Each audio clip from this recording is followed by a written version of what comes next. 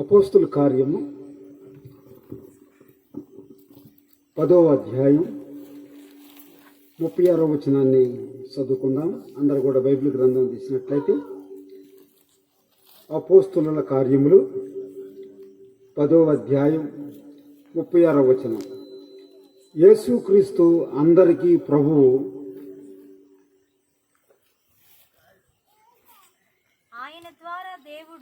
ఆయన ద్వారా దేవుడు సమాధానకరమైన సువార్తను ప్రకటించి ఇజ్రాయేలులకు పంపిన వర్తమానమును మీరు ఎరుగుదురు. చిన్న ప్రార్థన చేసుకుందాం. అందరం కూడా కళ్ళు మూసుకున్నట్లయితే. పరిశుద్ధుడా, మహోన్నతుడా, ప్రేమ నమ్మకం కలిగినటువంటి మా ప్రియ పరలోకపు తండ్రి, గనుడువైన దేవ, నీతిమంతుడు అయినటువంటి దేవ, పరిశుద్ధుడు అయినటువంటి దేవ, మీ కొందనాలు, స్తోత్రాలు, స్తుతులు దేవ. ప్రత్యేకంగా మా ప్రభా, మీ దాసులు రాజుగారు, మా ప్రభా, సంఘం కలిపిన ఆయన అయా ఈ విధమైనటువంటి కూడికలు ఏర్పాటు చేయడానికి దేవ, మీరు చూపిన కృపను బట్టి, మీ దయను బట్టి కూడా మీ కొందనాలు దేవ నాయన. ప్రత్యేకంగా మొదటి దినములో ఇప్పుడు వరకు కూడా పాటల ద్వారా నీ నామాన్ని స్తుతించి మహింపరచడానికి మీరు సహాయం చేశారు దేవ నాయన. అయా పాటలు పాడిన బిడ్డలను బట్టి మీ కొందనాలు దేవ నాయన. అయా ప్రత్యేకంగా మా ప్రభా నాయన, కూడి వచ్చినటువంటి ప్రతి బిడ్డను నాయన మీరు పేరు పేరున జ్ఞాపకం చేసుకోండి. బలహీనులను బలపరచండి, వ్యాధిగ్రస్తులు ముట్టండి, పడిపోయిన వారు మీరు లేవనెత్తండి దేవ నాయన.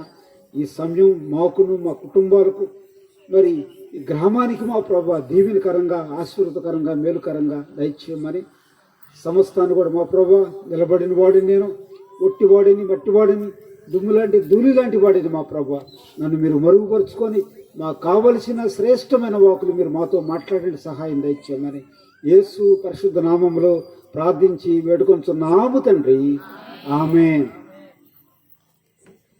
మరి ప్రభునందు ప్రియమైనటువంటి దేవుని బిడ్డలారా, ప్రత్యేకంగా ఈ రోజున మరి ఈ కూడికకు ఆహ్వానించినటువంటి స్థానిక సంఘ కాపురి మరి రాజు పాస్టర్ గారికి, తర్వాత నాతోటి దేవుని సేవకులకు, కూడి వచ్చినటువంటి మీ అందరికీ కూడా మీ అందరికీ కూడా ప్రత్యేకమైనటువంటి వందనాలు. ఈ సమయంలో మరి కొద్ది నిమిషాలు దేవుని యొక్క శ్రేష్టమైనటువంటి మాటలో మనం విందాము. అందరం కూడా శ్రద్ధతో జాగ్రత్తగా ఉందాము. ఇక్కడ మనం జ్ఞాపకం చేసుకుంటే మరి అపోస్తుడైనటువంటి పేతురు అపోస్తుల కార్యము 10వ అధ్యాయం 36వ వచనంలో యేసుక్రీస్తు అందరికీ ప్రభు అని చెప్పేసేసి మాట్లాడుతున్నాడు. నిజంగా పేతురుకు కూడా మొట్టమొదటిలో తెలియలా యేసు ప్రభువారు యూదులంటే ఎవరిని కూడా ముట్టరు, ఎవరిలో కూడా కలవరు అని ప్రత్యేకమైనటువంటి వారు. మరి దేవుడు చెప్పాను పట్టణానికి ఆయన వచ్చినప్పుడు శర్మకారుని గృహములో ఉన్నప్పుడు ఒక దర్శనములో ఆయన ఒక దర్శనాన్ని చూపించాడు. అదే ప్రకారంగా మరి కొర్నేలని ఇటలీ పట్టణంలో గొప్ప శతాధిపతి, ధర్మకార్యాలు చేసేవాడు, గొప్పవాడు, ఆయన ప్రార్థన చేస్తున్నప్పుడు పలానా పట్టణంలో ఒక ఆయన ఉన్నాడు, ఆయన పిలిపించుకోమని దేవుడు ఆయనకు చూపించాడు. మరి ఆ కొర్నేలు ఇంటికి అన్యుడైన ఆ కొర్నేలు ఇంటికి మరి పేతురు గారు వచ్చినప్పుడు ఆయన అంటున్నాడు, యేసుక్రీస్తు ప్రభువారు ఒక మతానికి లేకపోతే ఒక కులానికి, ఒక జాతికి దేవుడు కాదు, యేసు ప్రభువారు అందరికీ కూడా ప్రభు అని తెలియజేస్తున్నాడు. నిజంగా ప్రభునందు ప్రియమైనటువంటి దేవుని బిడ్డలారా, మనం జ్ఞాపకం చేసుకుంటే మరి యేసుక్రీస్తు ప్రభువారు మరి అందరికీ ప్రభువు. మరి నిజంగా ఏ విధంగా అయిన ప్రభువు, మరి యేసు ఎవరు అనే దాన్ని కొన్ని విషయాలు రాత్రిపూటలో మనం జాగ్రత్తగా మనం విందాం. చాలా సంవత్సరాల నుండి దేవుని సన్నిధికి వస్తున్నటువంటి మనం సేవిస్తున్నటువంటి దేవుడు మరి ఎవరు అనేది మనం తెలుసుకుందాం. నిజంగా మనం జ్ఞాపకం చేసుకుంటే మరి యేసుక్రీస్తు ప్రభువారు ఒక అసాధారణమైనటువంటి వ్యక్తి. ఆయన యేసుక్రీస్తు ప్రభువారు ఒక అసాధారణమైనటువంటి దేవుడే, మానవుడిగా ఈ లోకానికి వచ్చినటువంటి దేవుడు అనమాట ఆయన. నిజంగా మనం జ్ఞాపకం చేసుకుంటే మరి యేసుక్రీస్తు ప్రభు మనం పరిశీలన చేసినట్లయితే మరి యేసుక్రీస్తు ప్రభు 33.5 సంవత్సరాలు ఈ భూలోకంలో ఉన్నాడు ఆయన. ఈ లోకంలో ఉన్నప్పుడు ఆయన ఒక్క పుస్తకం కూడా రాయలేదు ఈ లోకంలో. అయితే ఆయన మరణించిన తర్వాత ఆయన కొరకు కొన్ని లక్షల పుస్తకాలు రాయబడినాయి. నిజంగా మనం ఆలోచన చేసినట్లయితే యేసు ప్రభు గురించి, మరి యేసుక్రీస్తు ప్రభు వారు ఈ 33.5 సంవత్సరాలలో ఆయన ఒక్క పాట రాయలేదు, ఒక్క పాట పాడలేదు. అయితే ఆయన చనిపోయిన తర్వాత కొన్ని కోట్ల పాటలు ఇవాళ రోజున ఎన్ని పాటలు దేవుడు ఇస్తూ వచ్చాడు. నిజంగా యేసుక్రీస్తు ప్రభు అసాధారణమైనటువంటి వ్యక్తి. ఆయన ఏ విధంగా అందరికీ ప్రభువుగా ఎలాగున్నాడనేది ఈ రాత్రి పూట మనం కొంచెం సేపు ఆలోచన చేసినట్లయితే, యేసుక్రీస్తు ప్రభు వారు ఆయన ప్రయాణం చేసింది ఆ చుట్టుపక్కల 200 కిలోమీటర్లు. యెరూషలేము ఆ చుట్టుపక్కల 200 కిలోమీటర్లు ఆయన ప్రయాణం చేశారు. ఈ రోజున యేసుక్రీస్తు ప్రభు గురించి ప్రపంచమంతా కూడా ఆయన గురించి తెలియనటువంటిది ఏమీ లేదు. ఇంకా మనం జ్ఞాపకం చేసుకుంటే యేసుక్రీస్తు ప్రభువారు ఏ ఆయుధాలు కూడా ఆయన ధరించుకోలేదు, ఏ యుద్ధాలు కూడా చేయలేదు. అయినా కూడా ఈ రోజున ప్రపంచమంతా కూడా ఆయన కొనియాడుతున్నారు. నిజంగా ఆయన ఎంతటి గొప్ప దేవుడో మనం పరిశీలన చేస్తే ఈ రోజున మనం జ్ఞాపకం చేస్తాం.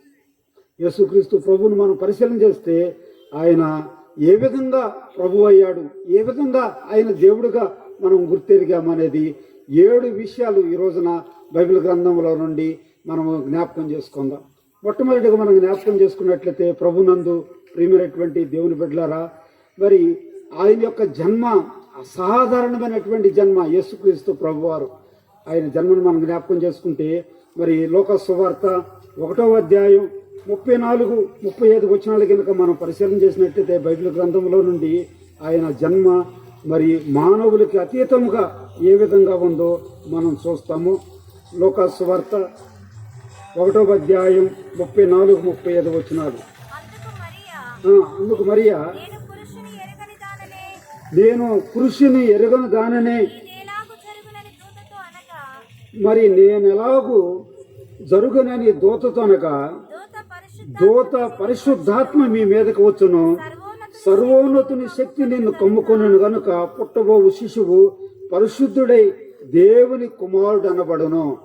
నిజంగా మనం జ్ఞాపకం చేసుకుంటే మానవ జాతి చరిత్రలో యేసు జన్మ లాంటి జన్మ ఎవరికి కూడా లేదు.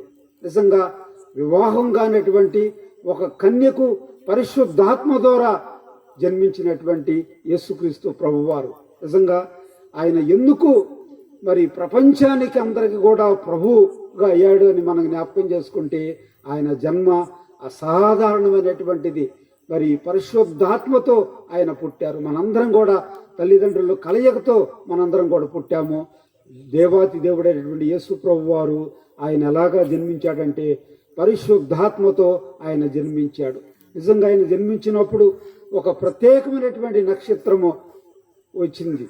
మరి ఆ పరిపాలిస్తున్నటువంటి రాజే కలవరపడిపోయాడు. మరి ఎన్నో కార్యాలు మనం ఆయన జన్మలో మనం చూడగలుగుతాం. మరి క్రిస్మస్ దినాలలో అనేక విషయాలు మనం ధ్యానించుకుంటా వచ్చాము. నిజంగా ఆయన జన్మ ఎంతో గొప్పది, ఎంతో అపురూపమైనటువంటిది. ఎవరు కూడా మానవ జాతి చరిత్రలో అటువంటి జన్మను చేయలేదు. నిజంగా మనం జ్ఞాపకం చేసుకుంటే మరి యేసుక్రీస్తు ప్రభువారు మరి ఎందుకు అంత ప్రభువుగా మనం పిలువబడుతున్నాడంటే, నిజంగా మనం రెండోదిగా మనం జ్ఞాపకం చేసుకున్నట్లయితే మొట్టమొదటిగా ఆయన జన్మ పరిశుద్ధమైనటువంటిది. రెండవదిగా మనం జ్ఞాపకం చేసుకుంటే మరి ఆయన అసాధారణమైనటువంటి జీవితం. నిజంగా మనం జ్ఞాపకం చేసుకుంటే ఆయన దేవుడే మానవుడుగా, సంపూర్ణ మానవుడిగా ఈ లోకానికి వచ్చాడు. ఆయన మనం ఏ విధంగా అయితే దేవుడిని మరి రక్త మాంసాలు కలిగి ఉన్నామో, మనం ఆకలేసినప్పుడు ఆహారాన్ని ఏ విధంగా తీసుకుంటున్నామో, దాహం వేసినప్పుడు నీరుని ఎలా తాగుతున్నామో, అలసిపోయినప్పుడు మరి ఎలాగైతే మనం విశ్రాంతిని తీసుకుంటున్నామో, సంపూర్ణ మానవుడిగా దేవుడే ఈ లోకానికి 2000 సంవత్సరాల పూర్వం వచ్చాడు. నిజంగా మరి ఆయన సంపూర్ణ మానవుడిగా ఉంటూ ఆయన జీవితాన్ని మనం పరిశీలన చేస్తే పాపరహితుడిగా ఆయన బ్రతికాడు. ఆయన జన్మలో పాపం లేదు, ఆయన జీవించినటువంటి జీవితంలో కూడా పాపం లేదు. నిజంగా మనం జ్ఞాపకం చేసుకుంటే యేసుక్రీస్తు ప్రభువారు యోహాను సువార్త 8వ అధ్యాయం 46వ వచనంలో మనం పరిశీలన చేసినట్లయితే అక్కడ ఒక మాట మనకి కనపడుతుంది. చూడండి, యోహాను సువార్త 8వ అధ్యాయం 46వ వచనంలో మనం జ్ఞాపకం చేసుకున్నట్లయితే, నా యందు పాపమున్నదని మీలో ఎవరు స్థాపించగలుగుతారని దేవుడు ఆయన తీర్పు తీరుస్తున్నప్పుడు ఆయన ఒక సవాల్ ఇస్తాడు. నిజంగా మనం పరిశీలన చేస్తే ఆయన జీవించినటువంటి జీవితం పరిశుద్ధమైనటువంటిది. ఆయన జన్మలో పాపం లేదు, ఆయన కర్మ పాపం కూడా లేదు, ఆయన జీవించినటువంటి జీవితంలో కూడా పాపం లేదు. మరి ఈ లోకంలో ఎంతోమంది గనులు, గొప్పవారు, మహానుభావులు, గొప్ప గొప్పవారు ఈ లోకంలో పుట్టారు. ఎవరైనా కూడా ఇటువంటి సవాలుగా నాలో పాపం ఉందని చెప్పినటువంటి వాళ్ళు ఎవరు లేరు. నిరూపించండి అన్నాడు. నిజంగా నాడు అన్ని తీర్పులు తెరిచినప్పుడు కూడా యేసు ప్రభుని ఏ ఒక్కరు కూడా ఇతనిలో ఏ తప్పు మాకు కనపడట్లేదని చెప్పారు వాళ్ళు. నిజంగా ప్రభునందు ప్రియమైనటువంటి దేవుని బిడ్డలారా, మరి నువ్వు నేను వెంబడిస్తున్నటువంటి దేవుడు ఎంత గొప్ప దేవుడో, ఎంత మంచి దేవుడో మనం జ్ఞాపకం చేసుకుంటే ఆయన జీవితంలో మరి ఎటువంటి పాపం కూడా ఆయన జీవితంలో లేదు. ఇంకా మనం జ్ఞాపకం చేసుకుంటే ఆయన జీవితము ఎంతో పరిశుద్ధమైనటువంటి జీవితము, పవిత్రమైనటువంటి జీవితము. ఆ విధంగా ఈ లోకంలో ఆయన జీవిస్తూ వచ్చాడు. ఇంకా మనం మూడవదిగా మనం జ్ఞాపకం చేసుకున్నట్లయితే మరి ఆయన ఈ లోకంలో మరి అసాధారణమైనటువంటి బోధలు ఆయన చేసినటువంటి బోధలు ఆనాడు శాస్త్రులు, పరిసయ్యులు, మత బోధకులు రకరకాల బోధలు చేస్తూ ఉండేవాడు. నిజంగా వారి బోధలకి యేసుక్రీస్తు వారి యొక్క బోధలకి చాలా తేడా ఉండేది. చూడండి, మార్కు సువార్త 1వ అధ్యాయం 22వ వచనాన్ని మనం పరిశీలన చేసినట్లయితే చూడండి ఒకసారి. మార్కు సువార్త 1వ అధ్యాయం 22వ వచనం. ఆయన శాస్త్రుల వలె కాక అధికారము గలవాడిగా ఆయన బోధించాడు. ఆయన బోధకు జనులు ఆశ్చర్యపడ్డాడు. నిజంగా యేసు ప్రభు వారు అందరికీ ప్రభువుగా ఉన్నాడంటే మూడవదిగా మనం జ్ఞాపకం చేసుకుంటే ఆయన బోధలు ఆనాడు శాస్త్రుల వలె కాక అధికారం కలిగిన విధంగా ఒక మాట చెబుతున్నాడంటే అధికారంతో చెప్పిన విధంగా మనం చూస్తున్నాం. ప్రభునందు ప్రియమైనటువంటి దేవుని బిడ్డలారా, మనం జ్ఞాపకం చేసుకుంటే మనం పరిశీలన చేసినట్లయితే మరి ఆయన బోధల్లో ప్రాముఖ్యంగా ఆయన మత్తయి సువార్త 5వ అధ్యాయంలో కొండ మీద ప్రసంగం చేశాడు. ఆ ప్రసంగాన్ని మరి మన జాతిపితగా పిలువబడుతున్నటువంటి మహాత్మా గాంధీ విదేశాల్లో చదువుకుంటున్నప్పుడు ఆ బైబిల్ గ్రంథంలో ఆ వాక్యాలు విని ఆయన మరి మనకి స్వతంత్రం రావడానికి, బ్రిటిష్ వాళ్ళు స్వతంత్రం రావడానికి మరి కొంతమంది అతివాదులుగాను మితవాదులుగా పోరాటం చేశారు. మరి ఈ బోధలు విని మరి అహింసా మార్గంలో మహాత్మా గాంధీ ఎన్నుకొని మన భారతదేశానికి స్వతంత్రం తేవటానికి యేసు ప్రభు వారు చెప్పినటువంటి బోధన ఆయన అనుసరించాడు. ఆయన చేసిన బోధ ఏంటంటే ఒక చెంప మీద కొడితే మరో చెంప చూపించమన్నాడు. మరి ఆ కొండ మీద ప్రసంగంలో ఎన్ని చదివాడు ఆ మార్గంలో మరి ఆ మహాత్మా గాంధీ మరి ఆ విధంగా ఉన్నాడు. ఇంకా మనం జ్ఞాపకం చేసుకున్నట్లయితే, మనం పరిశీలన చేసినట్లయితే మరి ఆయన నిజంగా అందరూ మరి ఒక స్త్రీతో కానీ ఒక పురుషునితో కానీ వ్యభిచారం చేస్తే అట్లా బోధిస్తే ఆయన బోధించినటువంటి బోధ ఏంటంటే ఒక స్త్రీని వ్యామోహం చూస్తేనే ఆమెతో వ్యభిచరించావని చెప్పేసి ఆయన బోధించాడు. నిజంగా ప్రభునందు ప్రియమైనటువంటి దేవుని బిడ్డలారా, ఆయన బోధలు మరి శాస్త్రుల వలె కాక అనేక మంది చేసినటువంటి విధం కాకుండా ఆయన బోధలో ఎంతో భిన్నంగా ఉన్నాయి. ఆ ఎంతో మానవుల్ని ప్రభావితం చేసినాయి. ఆ బోధలో మానవుల్ని ఎంతో నీతి మార్గంలో నడిపించినాయి. ఆ బోధలో మానవుని జీవితానికి ఎంతో విలువ కలిగినటువంటి ఉంది. అటువంటి బోధలో ప్రపంచంలో ఎవరు కూడా చేయలేదు. ఆయన అటువంటి బోధలను ఆయన చేశాడు. నిజంగా యేసు ప్రభు వారు అందరికీ ప్రభువు అని మనం జ్ఞాపకం చేసుకుంటే నిజంగా ఆయన బోధలో ఎంతో గొప్పవి. మరి నాలుగవదిగా మనం జ్ఞాపకం చేసుకున్నట్లయితే యేసుక్రీస్తు ప్రభువారు మనం పరిశీలన చేస్తూ వస్తున్నాము. మొట్టమొదటిగా ఆయన జన్మలో పాపం లేదు. రెండవదిగా మనం జ్ఞాపకం చేసుకుంటే మరి ఏం చెప్పుకున్నాము, ఆయన జీవితము అసాధారణమైనటువంటి అందరి జీవితం లాంటిది కాదు, అవి అసాధారణమైనది. మూడవదిగా ఆయన చేసినటువంటి బోధలో ఎంతో గొప్పగా బోధలు మనం వింటూ వచ్చాం. నిజంగా బైబిల్లో 4 సువార్తల్లో అనేక ప్రాంతాలలో ఆయన బోధించినటువంటి బోధలు మనం చదువుతున్నప్పుడు అనేకమైనటువంటి గొప్ప గొప్ప విషయాలు మనం గమనిస్తూ వస్తాము. నిజంగా మనం జ్ఞాపకం చేసుకుంటే 4వదిగా మరి అసాధారణమైనటువంటి అద్భుతాలు చేశాడు ఆయన. యేసు ప్రభువారు ఎందుకు మరి ఇంత గొప్ప ప్రభువుగా పిలువబడుతున్నాడు? ఆయన పుట్టినప్పుడు కనీసం ఆయనకు గృహం కూడా లేదు. ఎక్కడో పశువుల పాకలో దుర్బంధంగా ఎక్కడో ఒక మూలను జన్మించినటువంటి యేసు ప్రభువారు ఈ రోజున మనం ఇంతగా ప్రపంచానికి ఒక ప్రభువుగా ఆయన పిలువబడుతున్నాడంటే నిజంగా ఆయన చేసినటువంటి అద్భుతాలు చాలా గొప్పవి అన్నమాట. నిజంగా మనం జ్ఞాపకం చేసుకుంటే మొట్టమొదటిగా రోగుల్ని స్వస్థపరిచాడు యేసు ప్రభువారు. రోగుల్ని స్వస్థపరిచాడు. మరి ఒక డాక్టర్ దగ్గరికి మనం వెళ్ళామనుకో, కాళ్ళు ఇరిగిందనుకో, ఏం చేస్తాడు డాక్టర్ గారు? ఆర్థోపెడ్ డాక్టర్ గారు ఎక్స్రాలు తీయాలి, స్కాన్ చేయమంటాడు, మరి అనేక రకాల పరీక్షలు చేయమంటాడు. మరి యేసు ప్రభువారు ఏ పరీక్షలు లేవు, ఏమీ లేకుండా కుంటివారు ఆయన దగ్గరికి వచ్చినప్పుడు గంతులేసుకుంటూ వెళ్ళారు. నిజంగా ఆయన చేసినటువంటి అద్భుతాలు ఎటువంటివి అంటే ఆయన రోగులను స్వస్థపరిచాడు. కళ్ళు లేని వారికి ఆయన ఒక స్పెషలిస్టు. మరి ఏ పరీక్షలు లేవు, రక్త పరీక్షలు లేవు, లేకపోతే షుగరు బీపీ పరీక్షలు లేవు, ఏమి లేవు, సుబ్బొంతు వెళ్ళారు.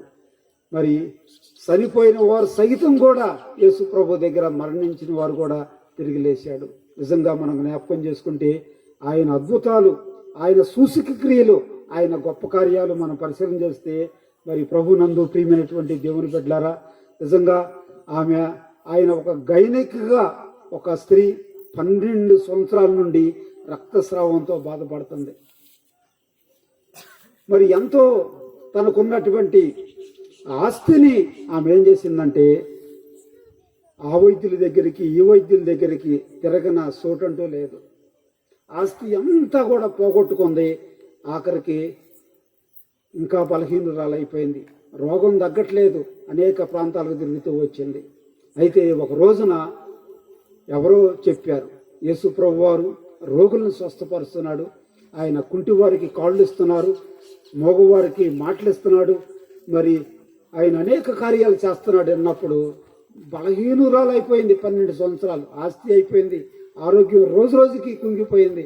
అటువంటి దీన స్థితిలో ఆయన దగ్గరికి వెళ్ళి ఆమె ఒకటి అనుకుంది, ఆయన వస్త్రపు చెంగు ముడితే నేను స్వస్థపరుస్తానని మరి వెళ్ళి ఆ వస్త్రపు చెంగును ముట్టి ఆమె స్వస్థత పొందింది. ఆయన అంటాడు, ఎవరు నన్ను ముట్టారంటే శిష్యులు అంటారయ్యా, ఎంత జనసమూహము మిమ్మల్ని వెంబడిస్తుంటే ఎవరని చెప్పమంటే గజగజగా వణుక్కుంటా నా ప్రభావం వెళ్ళిందంటే ఆమె స్వస్థత పొందింది. నిజంగా ప్రభునందు ప్రియమైన దేవుని బిడ్డలారా, మరి ఆయన ఒక డాక్టర్ కాదు, ఆయన చర్మ వ్యాధులు కూడా. ఒక ఆయన కుష్టి రోగంతో బాధపడుతున్నాడు. ఆ రోజుల్లో కుష్టి రోగం వచ్చిందంటే చాలా భయంకరమైనటువంటిది అది. ఆ రోగం వచ్చినటువంటి వాళ్ళకి ఆ చెయ్యికి ఆ పుండు పడిపోతే అది తినుకుంటా సీము రక్తము దుర్వాసన ఉంటుంది. ఆ వచ్చినటువంటి వ్యక్తిని సొంత వారే ఇంట్లో ఉంచరు, ఇరుగు పొరుగు వారు ఉంచరు, ఆ గ్రామం వాళ్ళు కూడా దూరంగా ఎక్కడో ఊరు వెలుపల ఉంచుతారు. మరి ఆ వ్యక్తి ఎప్పుడన్నా గ్రామంలో రావాలంటే పెద్దంగా అరుచుకుంటా నేను కుష్టి వ్యాధి కలవాడిని వస్తున్నానని కేకలేసుకుంటా రావాలి. నిజంగా